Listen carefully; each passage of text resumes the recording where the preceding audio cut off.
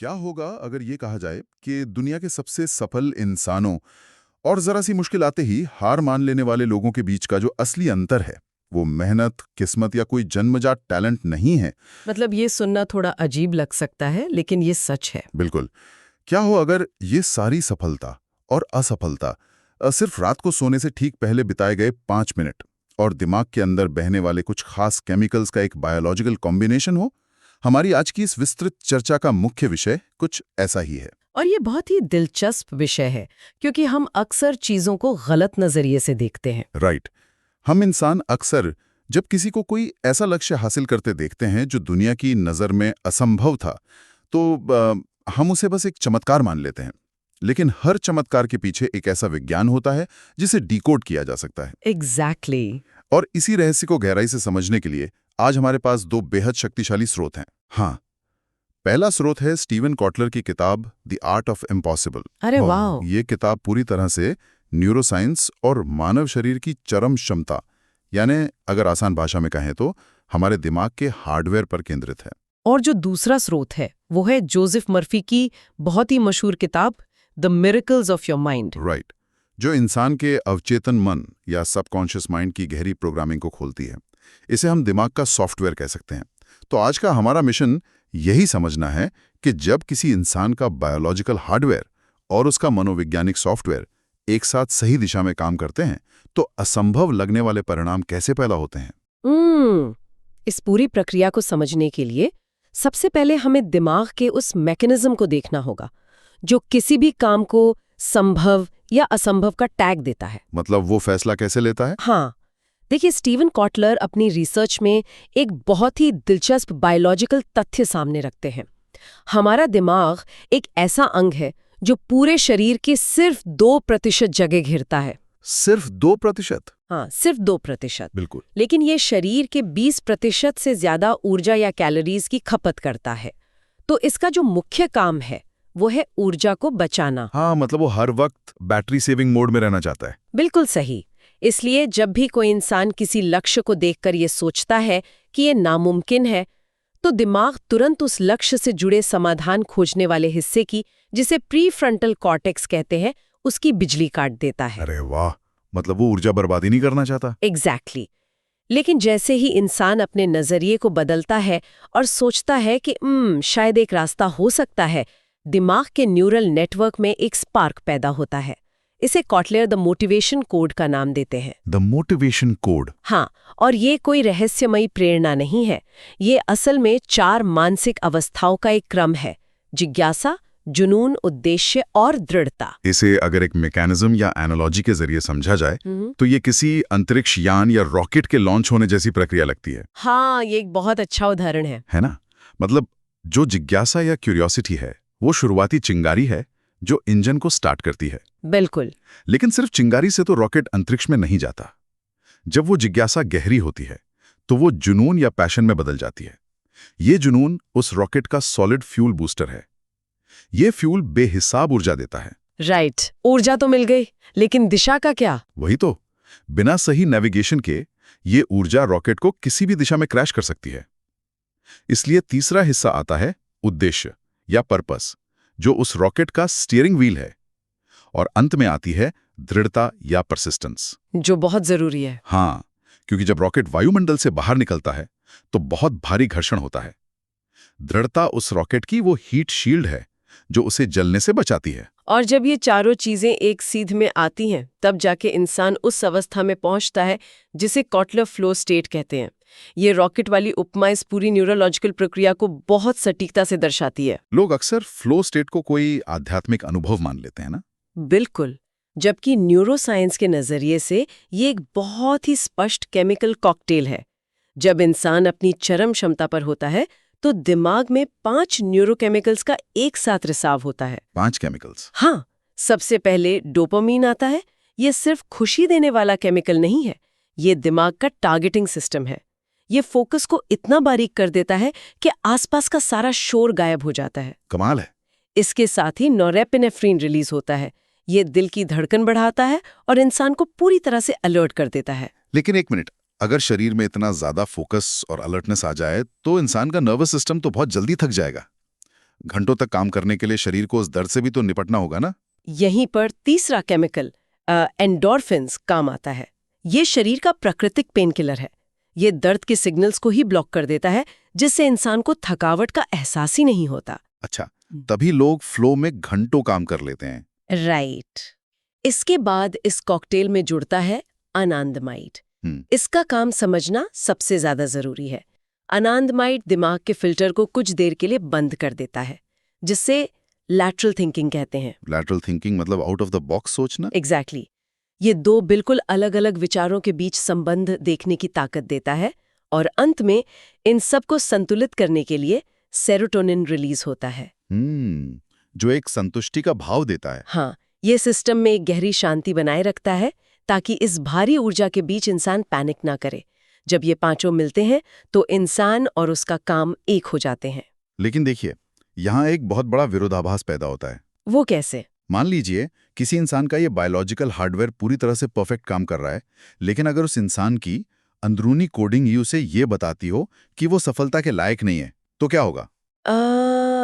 ये तो बहुत ही गहरी बात है। मतलब अगर उसी रॉकेट के परफेक्ट इंजन वाले नेविगेशन सिस्टम में क्रैश होने की प्रोग्रामिंग फीड कर दी जाए, तो वो बेहतरीन इंजन सिर्फ उस रॉकेट को और भी ज्यादा तेजी से जमीन पर ला पटकेगा। बिल्कुल सही कहा। और यहीं पे जोसेफ मर्फी का अवचेतन मन या सबकॉन्शियस माइंड का सिद्धांत इस पूरी तस्वीर का सबसे अहम हिस्सा बन जाता है। मर्फी समझाते हैं कि हमारी जिंदगी का 90% हिस्सा हमारा अवचेतन मन चलाता है, और ये तार्किक रूप से नहीं सोचता, बस कमांड्स को फॉलो करता है।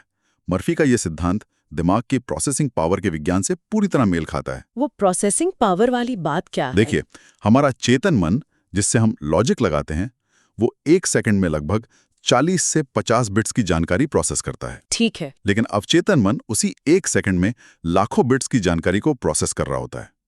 वो एक विशाल मेन फ्रेम कंप्यूटर है जो बिना सवाल के हर बात सच मान लेता है। मतलब अगर कोडिंग में वायरस है तो सिस्टम वैसे ही काम करेगा। एग्जैक्टली।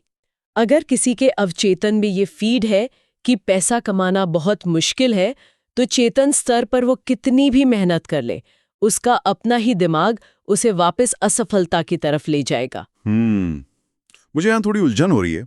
जब हम सबकॉन्शियस प्रोग्रामिंग की बात करते हैं तो अक्सर ये एक सूडो साइंस या छद्म विज्ञान जैसा लगने लगता है। हाँ, ज्यादातर लोग इसे ऐसा ही मानते हैं। मतलब क्या कोई सिर्फ एक कमरे में बैठ के ये सोच सकता है कि वो करोड़पति है और रातों रात उसके हालात बदल जाएंगे? अगर सिर्फ सोचने भर से चीजें हकीकत में बदल जाती तो मेहनत की जरूरत ही क्या थी? ये शंका बहुत स्वाभाविक है, लेकिन मर्फी यहाँ सिर्फ खोखले विचारों की बात नहीं कर रहे हैं। वो इसे फेथ यानी एक गहरे विश्वास की मेंटल फोर्स कहते हैं। इसे दिमाग के रेटिकुलर एक्टिवेटिंग सिस्टम या RAS के जरिए समझा जा सकता है। RAS सिस्टम, ये क्या करता है? ये दिमाग का वो हिस्सा है जो दुनिया भर की जानकारियों को फिल्टर करके सिर्फ वही चीजें हमारे चेतन मन तक पहुंचाता है जिन्हें हमारा अवचेतन महत्वपूर्ण मानता है। अच्छा, एक फिल्टर की तरह। बिल्कुल। जब कोई इंसान गहराई से महसूस करता है कि वो सफल है, तो वो हवा से पैसे नहीं बना रहा होता, बल्कि वो अपने दिमाग के उस फिल्टर को बदल रहा होता है। जिन अवसरों को उसका दिमाग पहले इग्नोर कर रहा था, वे अचानक उसे साफ दिखने लगते हैं। ये मैकेनिज्म बहुत कुछ स्पष्ट करता है। स्रोतों में इसके कुछ बहुत ही प्रभावशाली असली उदाहरण भी दिए गए हैं। हाँ, जैसे वो व्यक्ति जो नौकरी के लिए बार बार रिजेक्ट हो रहा था। राइट। उसने 21 दिनों तक अपनी मनचाही नौकरी का मानसिक रिहर्सल किया। उसने सिर्फ सोचा नहीं, वो पूरी फिल्म चलाई कि वो ऑफिस में काम कर रहा है। और न्यूरोलॉजी के अनुसार दिमाग असलियत और गहरी कल्पना के बीच फर्क नहीं कर पाता। बिल्कुल, दोनों स्थितियों में एक जैसे न्यूरल पाथवे बनते हैं। और 21वें दिन उसे एक ऐसी जगह से नौकरी का ऑफर मिला जहां उसने अप्लाई तक नहीं किया था। और वो कैंसर वाली महिला का उदाहरण भी है, जिसने विजुअलाइजेशन किया कि उसकी कोशिकाएं पूरी तरह स्वस्थ हो रही हैं और रिकवरी सच में तेज हो गई। तो इसके लिए टूल्स क्या हैं अवचेतन मन तक पहुंचने के लिए? इसके 3 खास टूल्स हैं। पहला है ऑटो सजेशन, जहां बार बार दिमाग को एक ही सकारात्मक निर्देश दिया जाता है।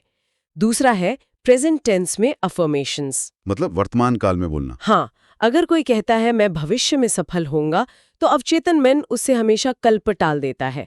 निर्देश होना चाहिए मैं सफल हूं। राइट, ये बहुत जरूरी पॉइंट है। और तीसरा और सबसे शक्तिशाली टूल है मेंटल मूवीज, जब कोई इंसान रात को सोने जा रहा होता है तो दिमाग अल्फा या थीटा स्टेट में होता है। उस वक्त लॉजिकल दिमाग सो जाता है ना? एग्जैक्टली उस समय दिमाग की स्क्रीन पर जो सफलता की फिल्म चलती है, अवचेतन मन उसे आज की हकीकत मानकर सेव कर लेता है। लेकिन एक बात बताइए, अगर हार्डवेयर इतना सक्षम है और सॉफ्टवेयर बदलने के टूल्स भी हैं, तो लोग अपनी यात्रा के बीच में ही क्यों टूट जाते हैं? इसके पीछे सबसे बड़ा कारण है डर और मानसिक बाधाएं। कॉटलर डर की बायोलॉजी पर बात करते हैं और मर्फी मनोवैज्ञानिक बाधाओं पर। तो बायोलॉजिकल लेवल पे डर कैसे काम करता है? देखिए, डर कोई दुश्मन नहीं है, लेकिन जब हम कंफर्ट जोन से बाहर जाते हैं तो दिमाग का अलार्म सिस्टम, जिसे एमिगडेला कहते हैं, वो एक्टिव हो जाता है। ये एमिगडेला लाखों साल पुराना है।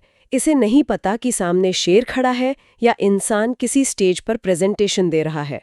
दोनों में शरीर में एड्रेनालिन छूटता है, धड़कन तेज होती है और लोग पैनिक कर जाते हैं कि मैं डर रहा हूँ। बिल्कुल, और जैसे ही ये मैसेज जाता है, प्रीफ्रंटल कॉर्टेक्स बंद हो जाता है। तो इस पैनिक मोड से बाहर कैसे आएं?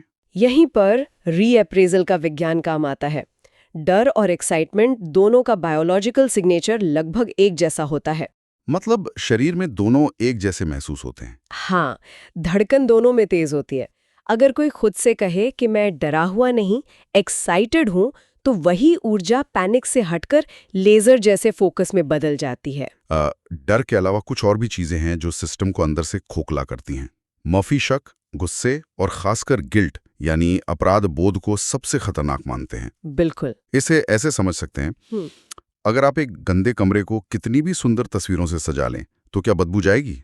नहीं ना? बिल्कुल नहीं, बदबू तो वैसी रहेगी। उसी तरह जब तक पुरानी नाराजगी और गिल्ट को क्षमा या फॉरगिवनेस के झाड़ू से साफ नहीं किया जाता, तब तक नए सकारात्मक विचार टिकी नहीं सकते। क्षमा करना दूसरों के लिए नहीं, बल्कि खुद के माइंड को हल्का करने के लिए है। ये गंदे कमरे वाला उदाहरण एकदम सटीक है। बिना साफ सफाई किए नए गोल्स अचीव नहीं हो सकते। और जब दिमाग साफ हो जाता है, तब बात आती है गोल्स तय करने की। कॉटलर के गोल्स के 3 स्तर है ना? हाँ। पहला हाई हार्ड गोल्स, जो डराएं भी और उत्साहित भी करें। दूसरा क्लियर गोल्स, जो रास्ता दिखाते हैं। और तीसरा डेली गोल्स। डेली गोल्स क्यों जरूरी हैं? क्योंकि हमारा दिमाग रोज की छोटी जीतों पर डोपामीन रिलीज करता है। अगर ये नहीं मिलेगा तो इंसान बीच में ही बर्नआउट का शिकार हो जाएगा। राइट। और जब समृद्धि की बात आती है तो मर्फी का वेल्थ फ्रीक्वेंसी सिद्धांत बहुत क्रांतिकारी है। धन या रिश्ते कोई भारी चीज नहीं बल्कि मानसिक फ्रीक्वेंसी है। बिल्कुल, ये अबंडेंस या भरपूरता का मनोविज्ञान है। अगर किसी में पैसे को रोक कर रखने का डर है तो गरीबी की मानसिकता हावी है। तो क्या जब हम बाहरी दुनिया में संघर्ष कर रहे होते हैं तो असल में हम अपने ही अंदर के अलाइनमेंट से लड़ रहे होते हैं? एग्जैक्टली। सारा बाहरी संघर्ष अंदरूनी लड़ाई ही है और इसी घर्षण के कारण लोग धैर्य खो देते हैं। मर्फी इसे बीज के सिद्धांत से समझाते हैं। वो बीज वाला कॉन्सेप्ट क्या है? जब जमीन में बीज बोया जाता है तो फसल रातों रात नहीं आती। बाहर से लगता है कुछ नहीं हो रहा, लेकिन अंदर सबकॉन्शियस मिट्टी तैयार कर रहा होता है। और लोग तुरंत रिजल्ट ना मिलने पर नेगेटिव हो जाते हैं। हाँ, और वो नेगेटिव फीडबैक लूप उस बीज को उगने से पहले ही मार देता है। लेकिन आज के हसल कल्चर में धैर्य की जगह कहाँ है? लोग तो बिना सोए 18-18 घंटे काम करने को बहादुरी मानते हैं। और ये न्यूरोलॉजी के हिसाब से बहुत बड़ा धोखा है। कॉटलर रिकवरी इफेक्ट पर जोर देते हैं। रिकवरी आराम नहीं, परफॉर्मेंस की तैयारी है। मतलब सोते समय दिमाग काम कर रहा होता है। बिल्कुल, नींद में दिमाग का ग्लिम्फेटिक सिस्टम एक्टिव होता है, जो दिमाग का बायोलॉजिकल डिशवॉशर है। ये टॉक्सिन्स को साफ करता है। अगर 7-8 घंटे की नींद नहीं मिलेगी तो सिस्टम ओवरहीट हो जाएगा। मतलब फ्लो अगर एक्सेलरेटर है तो रिकवरी ब्रेक है। एकदम सही। तो आज की चर्चा से ये पूरी तरह स्पष्ट होता है कि लिमिटलेस बनने का मतलब सुपर ह्यूमन बनना नहीं है। ये बस अपनी बायोलॉजी, फोकस और अवचेतन मन का सही इस्तेमाल करना है। राइट। डर को कंपास बनाना और पुराने गिल्ट को डिलीट करना ही असली रास्ता है। इसी बात पर एक अंतिम विचार जो हम सबको सोचना चाहिए। हम मानते हैं कि हमारे लक्ष्य दूर हैं और दुनिया हमारे खिलाफ है। लेकिन अगर ये सच है कि हमारा अवचेतन मन हमारी हर गहरी बात को हकीकत बना देता है, तो जरा सोचिए, क्या हमारे सामने सबसे बड़ी बाधा ये दुनिया है या हमारी अपनी वो कहानी जिसे हम खुद को सच मानने पर मजबूर कर रहे हैं? ये बहुत गहरा सवाल है। अगर आज रात सोने से पहले कोई अपने दिमाग की मेंटल मूवी की स्क्रिप्ट बदल दे, तो कल सुबह वो किस नई दुनिया में उठेगा? इसी विचार के साथ अपनी प्रोग्रामिंग पर काम करते रहिए। हम फिर लौटेंगे एक नई विस्तृत चर्चा के साथ। तब तक के लिए अपने विचारों पर ध्यान दें, क्योंकि वही हकीकत बना रहे हैं।